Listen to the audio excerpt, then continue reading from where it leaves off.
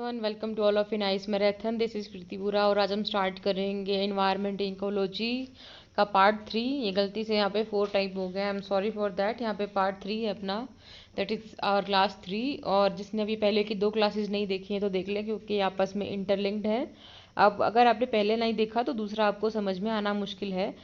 जैसा कि हमने पिछली क्लास में देखा था, हमने पढ़ा था, स्टार्टिंग हमने करी थी इकोलॉजी से। कहाँ से स्टार्ट करी थी हमने? इकोलॉजी से, ठीक है। फिर हमने कुछ बेसिक डेफिनेशंस पढ़ी थी, फिर हमने जंप किया था इकोसिस्टम पे। ओके, मैंने आपको बताया था ecosystem, food chain, food web, हर तरह की चीज़ें बताई थी। और इकोसिस्टम बताया था आपको टेरेस्ट्रियल, और दूसरा क्या बताया था? मरीन। ओके, तो हमने टेरेस्ट्रियल इकोसिस्टम दूसरी क्लास में पढ़ा था, कितने टाइप का होता है, टुंड्रा, टाइगा, टेम्परेट, ठीक है, ये एवरग्रीन फॉरेस्ट, ऐसी ऐसी चीज़ें हमने पढ़ी थी टेरेस्ट्रियल इकोसिस्टम पे। अब हम आज करेंगे हम मरीन इकोसिस्टम, और मरीन इकोसिस्टम या एक्वाटिक इकोसिस्टम भी बोलते हैं, जो कि इम्पॉर्टेंट है आपका। तो ये कई बार पूछते हैं, क्योंकि आजकल समुद्र भी बड़ा ज़रूरी हो गया है सबके लिए। तो ध्यान से सुनिएगा, अगर आपको अच्छा लगे तो लाइक कीजिएगा, और अपने आसपास अपने फ्रेंड्स के साथ अपना शेयर करना मत भूलिएगा। ओके, अगर कोई प्रॉब्लम आती है या कोई टॉपिक समझ में नहीं आता है या कोई नया टॉपिक आप ऐड करवाना चाहते हैं तो आप you can comment in the comment box. Okay, तो अभी और दूसरा, अगर आपको कोई वैसे कोई दिक्कत है यूपीएससी से रिलेटेड या कोई स्टेट पीसी से रिलेटेड या कोई अदर एग्जाम से रिलेटेड, तो आप हमारा टेलीग्राम चैनल ज्वाइन कर सकते हैं, जो कि आपको नीचे डिस्क्रिप्शन में दे दिया जाएगा। नेक्स्ट इज एक्वेटिक इकोसिस्टम के साथ स्टार्ट करते हैं। एक्वेटिक इकोसिस्टम, जैसे मैंने आपको पहले बताया, पानी से जितना भी रिलेटेड कोई इकोसिस्टम होगा उसको क्या बोलेंगे? Aquatic ecosystem. जिसके एग्जांपल्स हो सकते हैं lakes, ponds, estuaries, salt water marshes, oceans, thermal vents, ये सारे आपके क्या हैं? इक्वेटिक इकोसिस्टम है। और उस एक्वेटिक इकोसिस्टम में भी आपका क्या है? फ्रेश वाटर होता है, सॉल्ट वाटर होता है, और एक होता है कि जिसमें फ्रेश वाटर और सॉल्टी वाटर दोनों मिक्स होते हैं, मतलब ऐसे भी हो सकते हैं, तो मतलब डिफरेंट डिफरेंट हो सकते हैं ये भी। तो फ्रेश वाटर इकोसिस्टम में क्या आएगा आपका? जहाँ पे लो कंसंट्रेशन होगी किसकी? डिजॉल्व्ड सॉल्ट्स की, मतलब जहाँ भी आपको सॉल्ट कम मिलेगा पानी में, और टेम्परेचर है वो डायरूनल, मतलब कभी कम होगा ज़्यादा होगा, और सीजनल वेरिएशन दिखाएगा उसमें, तो उसको हम क्या बोलेंगे? Fresh water ecosystem. ओके, और साल्ट कंटेंट अगर की बात की जाए तो वो बहुत लो होता है, ऑलवेज लेस देन 5 पीपीटी। तो प्लीज़ इसको नोट कर लेना, जहाँ पे लेस देन 5 पीपीटी होगा उसको हम क्या बोलेंगे? Fresh water ecosystem. ओके, तो अगर हम देखा जाए तो आपको पता होगा कि जैसे जो धरती के ऊपर वाटर चल रहा है, आपका साइकिल हो रहा है, वो वाटर साइकिल के थ्रू हो रहा है। और वाटर साइकिल अगर हो, जैसे वाटर साइकिल एक बहुत अच्छा एक उदाहरण है किसके लिए? फ्रेश वाटर के लिए, क्योंकि जो नमकीन पानी है अगर वो इवेपोरेट होके ऊपर जाएगा तो नमक नीचे रह जाता है, और फ्रेश वाटर ऊपर, मतलब वो किस रूप में मिलेगा हमको? फ्रेश वाटर में मिलेगा। तो ये एक तरह से मतलब एक इसका सोर्स हो गया फ्रेश वाटर का। ओके, और हमने देखा कि जो फ्रेश वाटर है तो उसकी स्टडी को क्या बोलते हैं? लिम्नोलॉजी। उसको क्या बोलेंगे? लिम्नोलॉजी। और जहाँ पे अगर हम स्टैटिक या स्टिल वाटर मतलब कि उसकी स्टडी करेंगे उसको बोलेंगे लेंटिक। For example pond, lake, box and swamps. Please इसको नोट कर लो, अगर पानी स्टैटिक होगा, स्टिल होगा, तो उसको क्या बोलेंगे? लेंटिक। और वो उसके एग्जाम्पल क्या होंगे? Pond, lake, box and swamps. Next is running water. अगर हम इसी फ्रेश वाटर में, ठीक है, यहाँ पे ये याद रखना कि मैं फ्रेश वाटर की बात करूँ, फ्रेश वाटर में अगर रनिंग वाटर की बात करेंगे तो उसको बोलेंगे लॉटिक, और उसका एग्जाम्पल होगा springs, mountain, brooks, streams and reverse. तो प्लीज इसको नोट कर लिया जाए। नेक्स्ट आते हैं लेक्स एंड पॉन्ड्स की तरफ, जो कि लेक्स एंड पॉन्ड्स बेसिकली क्या होते हैं कि डिप्रेशन होता है, किसमें? लैंड के अंदर अगर डिप्रेशन है और वहां पे पानी भर गया है, कैसा पानी? स्टैंडिंग पानी, तो उसको क्या बोलेंगे? लेक्स या पॉन्ड्स। ओके, इनकी डेफिनेशन भी आपको देखो पूछ सकते हैं मैं, क्योंकि यहाँ पे लेक्स एंड पॉन्ड्स किस में आ रहे हैं? आपके स्टैटिक और स्टिल वाटर में आ रहे हैं। तो इनको क्या बोलते हैं लेक्स एंड पॉन्ड्स को? Lakes and ponds are inland depression containing standing water. और जहाँ पे अगर हम लेक की बात करें, किसी भी लेक की, मतलब स्टैंडिंग वाटर की बात कर रहे हैं, तो उसमें 3 टाइप के जोन्स होंगे।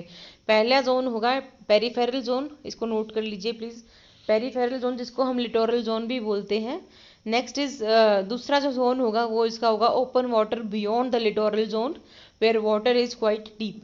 And next is your benthic zone, bottom होगा फ्लोर उसका लेक का। ओके, 3 टाइप के उसमें क्या होंगे आपके जोन्स होंगे जो डिफरेंशिएट करेंगे लेक को ऊपर से नीचे तक। पॉन्ड्स बेसिकली स्मॉल बॉडीज होते हैं फ्रेश वाटर्स के, जो आसपास जिनके लैंड होता है। ये मतलब पॉन्ड्स और लेक में ज़्यादा फर्क नहीं है वैसे।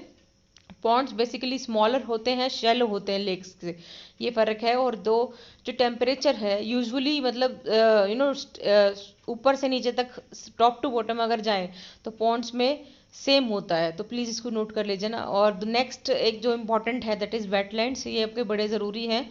ये वेटलैंड्स क्या होते हैं कि कभी ना कभी कोई एरिया पीरियोडिकली या फिर कभी ना कभी आसपास वाली एक्वाटिक ऑर्गेनिज्म उसमें रह रहे हैं, जैसे फ्रॉग, एम्फीबी, मतलब कोई भी रह रहा है और उसके आसपास मतलब कोई आपको इस तरह के प्लांट्स मिले, स्वैम्स मिले, मार्शेज मिले, मैनग्रूव्स मिले।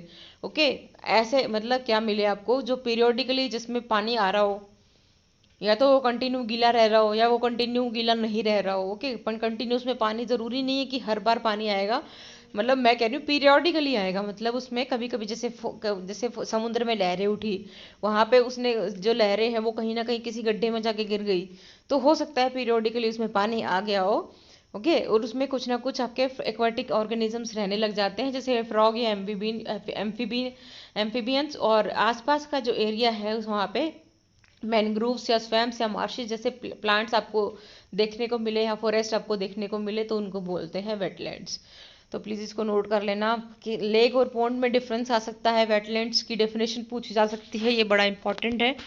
नेक्स्ट इज मरीन इकोसिस्टम में अगर हम बात करें, जैसे मैंने अभी आपको क्या बताया, इससे पहले मैंने आपको फ्रेश वाटर इकोसिस्टम बताया है, बट लेकिन जो वेटलैंड्स हैं वो ज़रूरी नहीं है वो फ्रेश वाटर में आए, वो कई बार सॉल्ट मिक्सचर भी हो जाते हैं। तो वेटलैंड्स बेसिकली ना फ्रेश वाटर है ना ही मरीन इकोसिस्टम है, ये दोनों ये बीच का हिस्सा है बेसिकली। ओके, तो अब आते हैं मरीन इकोसिस्टम पे। फ्रेश वाटर इकोसिस्टम में आपने क्या पढ़ा, lake, pond, reverse, streams. Okay, ये एटसेट्रा, मतलब इतनी सारी चीज़ें हमने पढ़ी हैं फ्रेश वाटर में। अभी हम मरीन इकोसिस्टम पढ़ेंगे जिसने अप्रॉक्सीमेटली अर्थ का 71% हिस्सा ले रखा है। ओके, नेक्स्ट इज मैं आपको अगर बात की जाऊँ मरीन में, तो यहाँ पे सॉल्ट की कंसनट्रेशन ज़्यादा होती है, 35 पीपीटी या फिर इससे अबव होगी। और 32% वर्ल्ड का नेट प्राइमरी जो प्रोडक्शन है वो इसी एक्वाटिक इकोसिस्टम से आता है, इसी मरीन इकोसिस्टम से आता है। और फ्रेश वाटर से हम इसको सिर्फ बेसिकली सॉल्ट या फिर कुछ डिजॉल्व इसमें कंपाउंड्स होते हैं, उनकी प्रेजेंस से ही हम इसको क्या कर सकते हैं, डिफ्रेंशिएट कर सकते हैं फ्रेश वाटर इकोसिस्टम से। और मरीन इकोसिस्टम में हम जो जोन्स डिवाइड करेंगे वो वाटर की डेप्थ और शोरलाइन फीचर्स, जो उसके आसपास के फीचर्स होते हैं, शोरलाइन मतलब किनारे के जो फीचर्स होते हैं, उसको मद्देनजर रखते हुए हम इसको डिफरेंट डिफरेंट जोन में प्रोवाइड वो डिफ्रेंशिएट करते हैं। वो क्या है आपका, फर्स्ट जो पहले जोन होता है दैट इज ओशियनिक जोन, जो कि ऊपर वाला हिस्सा होता है, that is open part of the ocean where animals such as whales, sharks and tuna live. जहाँ पे जिस एरिया में वेल्स, शार्क और टूना रहती है, या फिर जो वास्ट ओपन पार्ट है ओशियन का, ओके, उसको क्या बोलते हैं, ओशियनिक जोन। नेक्स्ट आता है बेंथिक जोन। बेंथिक जोन में क्या होता है, सबस्ट्रेट्स, ये क्या होते हैं यहाँ पे, ये क्या करेंगे, below water where many invertebrates live, जहाँ पे इन्वर्टिब्रेट्स लिव करेंगे उसको क्या बोलेंगे, benthic zone. Next is intertidal zone, ये क्या होता है, हाई टाइड्स और लो टाइड्स के बीच का एरिया होता है, और कई बार इसको लिटोरल जोन भी बोलते हैं। नेक्स्ट इज शोर या नेरेटिक जोन, इसको ये इंपॉर्टेंट है, नियर शोर मतलब शोर के पास नेरेटिक जोन बोलेंगे, जैसे फॉर एग्जांपल एस्चुरीज हो गई, सॉल्ट मार्शेस हो गए, कोरल रीफ्स हो गए, लेगून्स हो गए, मैनग्रूव स्वैम्स हो गए, आसपास के जो शोर का एरिया जो होगा उसको क्या बोलेंगे, neritic zone. Next is deep water में जाएंगे तो हाइड्रोथर्मल वेंट्स, जहाँ पे हमको बनते हुए दिखेंगे, ओके, वहाँ वो भी एक अलग टाइप का, जहाँ पे फूड वेब, बैक्टीरिया जहाँ पे अपना फूड वेब का काम करेगा, जो बेस है फूड वेब का, ठीक है, तो उस इसको बोलेंगे हाइड्रोथर्मल वेंट्स, जहाँ पे बनेंगे वो भी एक तरह का क्या होता है आपका, एक जोन होता है। तो प्लीज़ इसको नोट कर लेना, जहाँ पे आपको बेसिकली ये जो कीमोसिंथेटिक सल्फर है वो देखने को ये देखने को मिलेगा, तो उसको क्या बोलेंगे आप, नीचे वाला, सबसे जो नीचे वाला जोन होगा, एक एक ऐसा जोन भी होता है जहाँ पे हमको ये बैक्टीरिया देखने को मिलता है, जो क्या बनाता है, फूड वेब का बेसिक वो बनाता है। Next is aquatic organisms. अब आपने अपने जोन्स की बात कर ली, लेकिन एक्वेटिक ऑर्गेनिजम्स भी होते हैं अलग अलग, उनको क्या बोलते हैं, न्यूस्टॉन, ये है आपका पहला, एक्वेटिक ऑर्गेनिज्म जो बेसिकली अटैच्ड ऑर्गेनिज्म होता है, जो एयर और वाटर के इंटरफेस पे रहता है, फ्लोटिंग प्लांट्स भी बोलते हैं इसको। Next is पेरीफाइटोन। पेरीफाइटोन क्या होता है आपका, जो स्टेम्स से अटैच होता है और लीव्स से अटैच होता है, जो प्लांट्स के स्टेम्स और लीव्स में अटैच होता है, उसको क्या बोलेंगे, पेरीफाइटोन। Next is plankton. आपने सुना होगा बहुत सारा नाम फाइटोप्लैंकटन, और इसका तो ये क्या होते हैं, माइक्रोस्कोपिक प्लांट होते हैं, एल्गी वेल्गी वगैरह होते हैं ये, ठीक है। और आपको हर किसी मतलब बेसिकली हर मतलब लगभग 100% एक्वेटिक इकोसिस्टम में प्लैंक्टन्स तो जरूर मिलेंगे, ओके। एक्सेप्ट मतलब जहाँ पे स्विफ्ट मूविंग वाटर होगा, एक्सेप्ट उसकी जगह को छोड़ के बाकी आपको प्लैंक्टन्स हर जगह मिलेंगे, ओके। तो एक फाइटोप्लैंक्टन बेसिकली प्लांट्स के अगर ये प्लैंक्टन होंगे, प्लांट्स में बोलेंगे एल्गी, उसको बोलेंगे फाइटोप्लैंक्टन। और अगर ये उसमें उसमें कोई एनिमल्स की क्राइटेरिया होगा तो उसको बोले उसको, या फिर कुछ मतलब प्रोटोजोआ ऐसा कुछ होगा, उसको बोलेंगे जू प्लैंक्टन। मतलब अगर प्लांट है तो फाइटोप्लैंक्टन एंड एनिमल है तो जू प्लैंक्टन, ठीक है, एक्वेटिक इकोसिस्टम में। Next is nekton. ये क्या होते हैं, ये ग्रुप होते हैं जहाँ पे एक्चुअली स्विमर्स होते हैं, वो मतलब ग्रुप्स नहीं होते, स्विमर्स होते हैं, एनिमल्स जो स्विम कर सकते हैं और बड़े पावरफुल होते हैं, और ये बेसिकली वाटर करंट को ओवरकम कर लेते हैं जल्दी। Next is benthos. ये नीचे जो लेयर में रहते हैं, बिल्कुल बॉटम में रहते हैं, वो वाले ऑर्गेनिजम्स होते हैं। नेक्स्ट इज विंटर किल। एक डेफिनेशन है विंटर किल का क्या मतलब है। जैसे फॉर एग्जांपल किसी भी एक्वेटिक सिस्टम में अगर स्नो ऊपर उस वाटर बॉडी को कवर कर लेगी तो वो लाइट को कट ऑफ कर देगी, लाइट को कट ऑफ कर देगी तो पानी के अंदर का जो एरिया है उसमें डार्कनेस आ जाएगी, डार्कनेस आ जाएगी, जो पानी के अंदर की जो चीज़ें हैं, प्लांट्स हैं, एनिमल्स हैं, प्लांट्स में बेसिकली फोटोसिंथेसिस बंद हो जाएगा, वो बंद हो गया तो आप क्या करोगे, ऑक्सीजन डिप्लीट हो जाएगी, ऑक्सीजन डिप्लीट होगी वहाँ की, तो वहाँ के जो ऑर्गेनिजम्स हैं, वहाँ के जो एनिमल्स हैं, फिश हैं, उनको क्या होगा, उनको दिक्कत हो जाएगी। तो फिर क्या होगा, वो सब लोग मतलब डाई या डेथ हो जाएगी उनकी। और उसके बाद क्या होगा, वो मतलब आप क्या करोगे जब वो जैसे फॉर एग्जांपल आइस कभी मेल्ट भी होगी, ऐसा तो है नहीं परमानेंट रहेगी, वो वह मेल्ट होगी तो ऊपर हमको फ्लोट करते हुए दिखेंगे मरी हुई मछलियां ऐसा कुछ, तो उसको बोलते हैं विंटर किल। तो प्लीज़ इसको नोट कर लेना, आपको डेफिनेशन पूछी जा सकती है। नेक्स्ट इज लेक में हमने एक चीज़ छोड़ दी, अभी जो लेक हमने पढ़े थे उसमें लेक इकोलॉजी में मतलब एजिंग छोड़ दिया हमने। तो एजिंग में आपको बताना चाहूँगी एजिंग क्या होता है। फॉर एग्जाम्पल आप हो, आपने जन्म लिया, आपकी एज हुई, तो इसी तरीके से लेक की भी होती है, okay. Like an organism lakes are born and originate in various geological events. Grow भी करती हैं, मॉर्फोलॉजिकल और फंक्शनल कैरेक्टरिस्टिक्स भी होती है, और इवेंचुअली डाई भी हो जाती हैं। तो बेसिकली ये है एजिंग ऑफ लेक। तो इसमें क्या है कि वाटर होगा, सरफेस रन ऑफ मतलब ऊपर कहीं कहीं ना कहीं किसी रन ऑफ से आएगा उनके अंदर पानी, कुछ ना कुछ केमिकल सब्सटेंस भी आएंगे, क्योंकि बाहर से अगर कोई पानी आ रहा है उसमें केमिकल सब्सटेंस भी आएंगे, मिनरल्स भी आएंगे, कुछ ना कुछ एक्यूमुलेट भी होगा, ऑर्गेनिक मैटर भी बनेगा, ग्रेजुअली फिल भी होगा, और न्यूट्रिएंट एनरिचमेंट भी होगी। वो एनरिचमेंट होगी, एल्गी बनेंगे, एक्वाटिक प्लांट्स बनेंगे, फोना बनेंगे, और एक तरह से नेचुरल यूट्रोफिकेशन हो जाएगा। फॉर एग्जाम्पल कोई भी लेक है, अगर वहाँ से रन ऑफ पानी मतलब हमने छोड़ दिया, खेतों में से छोड़ दिया, तो वहाँ पे क्या होगा, खेतों में क्या होता है, मिनरल्स होते हैं, मिनरल्स क्या करेंगे, अगर हम लेक में वो पानी चला गया तो क्या करेंगे, न्यूट्रिएंट एनरिचमेंट हो जाएगा, मतलब उनको न्यूट्रिएंट मिल जाएगा, न्यूट्रिएंट मिल गया तो एल्गी ग्रो कर जाएगी। एल्गी ग्रो करगी तो आपने देखा होगा कई बार कि पूरी पूरी परतें जम जाती हैं किसी लेक के ऊपर, या किसी ऐसे किसी पानी वाली जगह पे चले जाओ तो आप, तो उसको बोलते हैं यूट्रोफिकेशन। जैसे कहा हुआ है lake Sudarshan in Gujarat, okay, please इसको नोट कर लेना, ये ऐसी है। Next is nutrient enrichment basically 3 types में डिवाइडेड है, उसको क्या बोलते हैं, oligotrophic, next is mesotrophic, and third one is eutrophic. जहाँ पे थोड़े कम न्यूट्रिएंट्स होंगे उसको बोलेंगे ओलिगोट्रॉफिक, जिसमें मॉडरेट न्यूट्रिएंट्स होते हैं आपको उसको बोलोगे मीजोट्रॉफिक, एंड जिसमें हाईली न्यूट्रिएंट रिच होता है उसको बोलते हैं यूट्रॉफिक। तो ये यूट्रोफिकेशन बेसिकली क्या काम करता है, ये विंटर किल जैसा काम कर देगा फिर, कि पहले न्यूट्रिएंट एनरिचमेंट कर दिया, इतने सारे पौधे उग गए, और ऊपर एल्गी जम गई, एल्गी जम गई तो उसने क्या किया, सनलाइट को सनलाइट को ब्लॉक कर दिया, सनलाइट को ब्लॉक कर दिया तो वही हाल होगा जो विंटर किल में हुआ है, ओके। तो प्लीज़ इसको नोट कर लेना। नेक्स्ट इज अगर इतनी ही प्रॉब्लम है यूट्रोफिकेशन से तो हम क्या कर सकते हैं, न्यूट्रिएंट्स को रिमूव भी कर सकते हैं, ओके।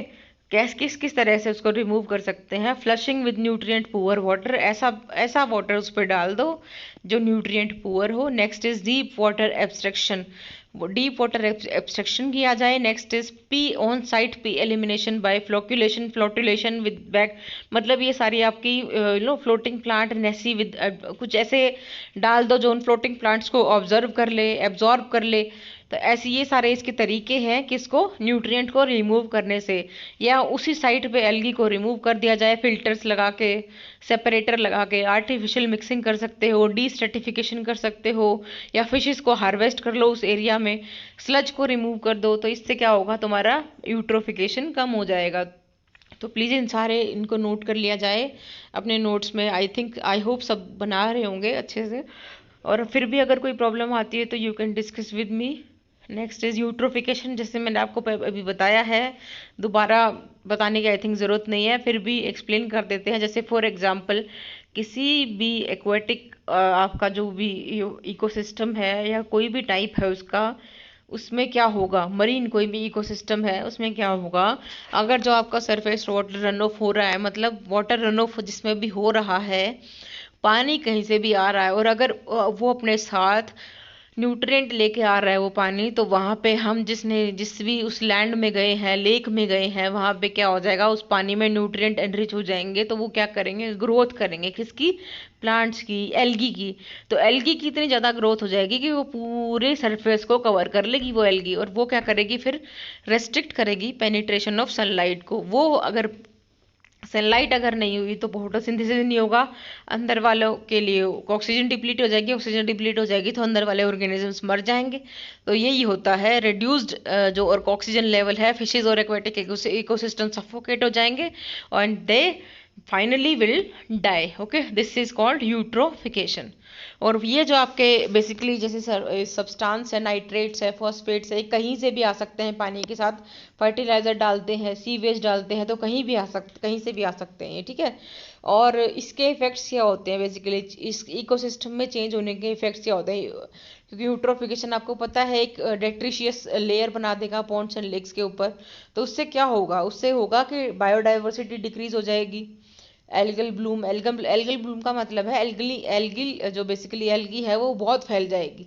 ओके, उससे क्या होगा फिर भाई, प्लांट्स की या फिर जो अंदर जो रह रहे हैं उनकी डेथ हो जाएगी। ओके, और अंदर का जो बैक्टीरिया है वो बेसिकली सारे ऑक्सीजन कंज्यूम कर लेगा। क्यों, क्योंकि अंदर बैक्टीरिया भी तो ग्रो करेगा ना, तो वो ऑक्सीजन वो ऑलरेडी कंज्यूम कर लेगा, तो फिशेज के लिए, प्लांट्स के लिए ऑक्सीजन कहाँ बचेगी। तो वो एक्वेटिक इकोसिस्टम के जो लिविंग ऑर्गेनिज्म है इवेंचुअली मर जाएंगे। और यूट्रोफिकेशन बेसिकली क्या होगा, आप जो इकोसिस्टम उसको ट्रांसफॉर्म कर देगा एक बार, क्योंकि कहीं ना कहीं आपने एक उसको लिमिट से ज़्यादा उसको न्यूट्रिएंट दे दिए। Okay, next is algal blue, जब ये ब्लूम होते हैं, जब डाई करते हैं, तो ये ये जो हेपाटो कुछ टॉक्सिन्स होते हैं इसको छोड़ते हैं, और which can kill the aquatic organism. तो मतलब ये तो वैसे भी थ्रेट है ह्यूमंस के लिए, और इसी को बोलते हैं सेल्फिश पॉइजनिंग। जो आपकी शेलफिश जो आपकी पॉइजनिंग होती है, इसी को बोलते हैं। जब ये एल्गल ब्लूम जो बढ़ जाते हैं, ये इवेंचुअली कभी ना कभी डाई भी करेंगे, ये कभी कभी। ओके, तो ये क्या छोड़ेंगे, एक न्यूरो एंड हेपेटाटोटॉक्सिन छोड़ेंगे, जो कि हमारे लिए खतरनाक है या फिर एक्वेटिक ऑर्गेनिजम्स के लिए खतरनाक है। ओके, अगर वहाँ पे डिजॉल्व ऑक्सीजन का डिप्लीशन होगा तो वहाँ पे क्या होगा, आप बहुत सारी फिश को किल करोगे और उसके स्पीशीज भी लॉस करेंगे, और कुछ ना कुछ उसकी हार्वेस्टिंग भी कम हो जाएगी, कोरल रीफ्स कम हो जाएंगे, वाटर ट्रांसपेरेंसी टर्बिडिटी ज़्यादा मतलब डिक्रीज हो जाएगी। तो ये नेविगेशन को करता है, आप अंदर देख ही नहीं पाओगे। ओके, तो ये वहाँ पे कहीं ना कहीं कई बार बदबू भी आती है बहुत ज़्यादा। तो ये है आपके इफेक्ट्स हैं इसके। आई थिंक एक्वेटिक इकोसिस्टम में प्रॉब्लम्स और ये थोड़ा इसकी डिफ्रेंशिएशन आपको समझ में आई होगी। अगर नहीं आई तो प्लीज़ मेरे को आप मैसेज कर सकते हैं, और अगर ये लेक्चर आपको पसंद आता है तो इसको लाइक कर सकते हैं। बाकी thank you so much for listening.